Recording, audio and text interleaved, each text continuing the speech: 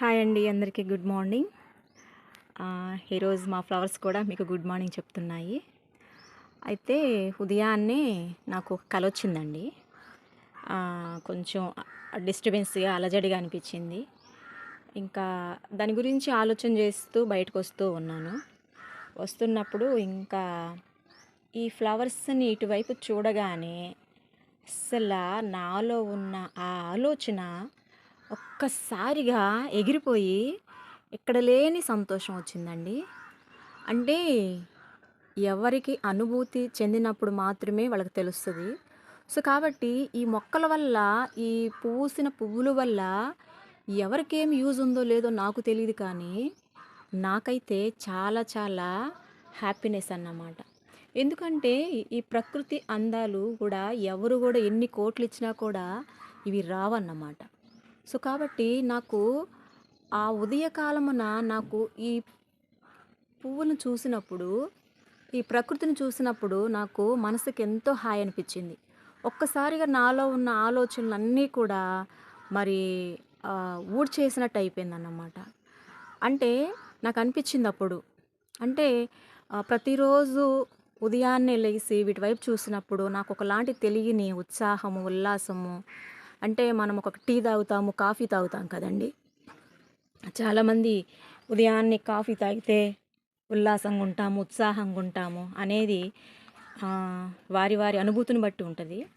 కానీ ఏ టీ తాకపోయినా, ఏ కాఫీ తాకపోయినా ఉదయాన్నే ఎవరైనా ఇలాంటి చక్కని ఫ్లవర్స్ని చూసినప్పుడు మాత్రము వాళ్ళకి చక్కని అనుభూతి మాత్రం వచ్చేదనేది మాత్రము ఇది చాలా చాలా నిజమండి. ఎందుకు అంటే నాకు అనిపించింది, ఎవరైనా అంటే ఇప్పుడున్న పరుగు ప్రపంచంలో పరిస్థితులను బట్టి, కుటుంబ పరిస్థితులు కావచ్చు, మనం అనుకున్నది రీచ్ కాలేకపోవచ్చు.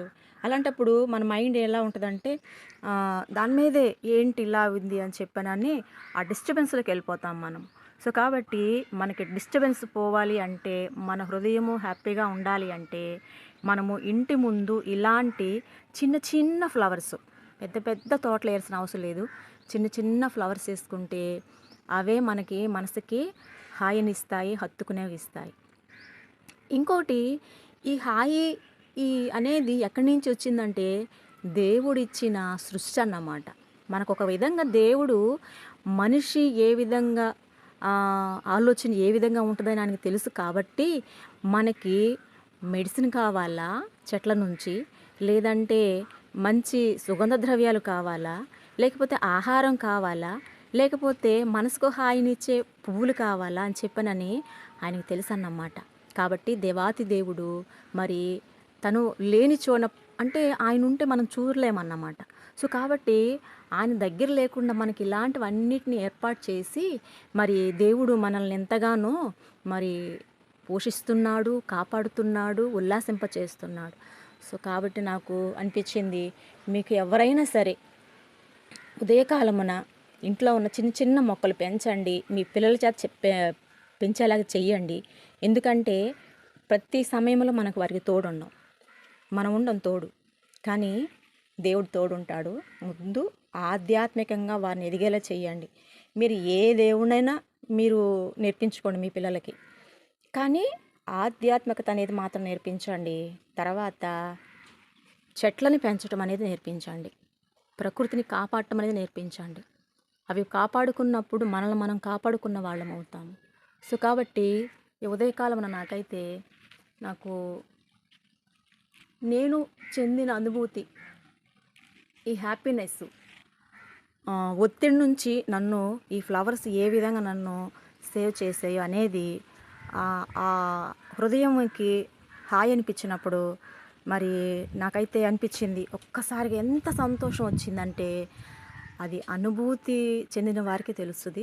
సో కాబట్టి మరి నేనైతే వీటి వల్ల మరి దేవుడిచ్చిన కృప వల్ల ఇలా ముందుకు కొనసాగుతూ ఉన్నాను. సో కాబట్టి మన పరిస్థితులన్నీ బాగుంటాయి. ఎందుకంటే మనిషి జీవితం అంటేనే సమస్య నుంచి వేరొక సమస్యలోకి అడుగు పెట్టడం అండి. సో కాబట్టి సమస్య లేని మనిషి అంటూ ఎవరు లేరు. అయితే దేవుడి మీద భారం వేసి వాటిని ముందుకి మనం ఎలా వెళ్ళాలి అనేది ఆయన మీద భారం వేసి వెళ్ళినప్పుడే మరి అయితే మనకి చక్కగా మన లైఫ్ బాగుంటుంది. సో కాబట్టి మీ అందరికీ మరొకసారి హాయ్ చెప్తున్నాయి మా ఫ్లవర్స్ అన్నీ. మొక్కలు పెంచుతారని ఆశపడుతున్నాను. ఓకే అండి, బాయ్.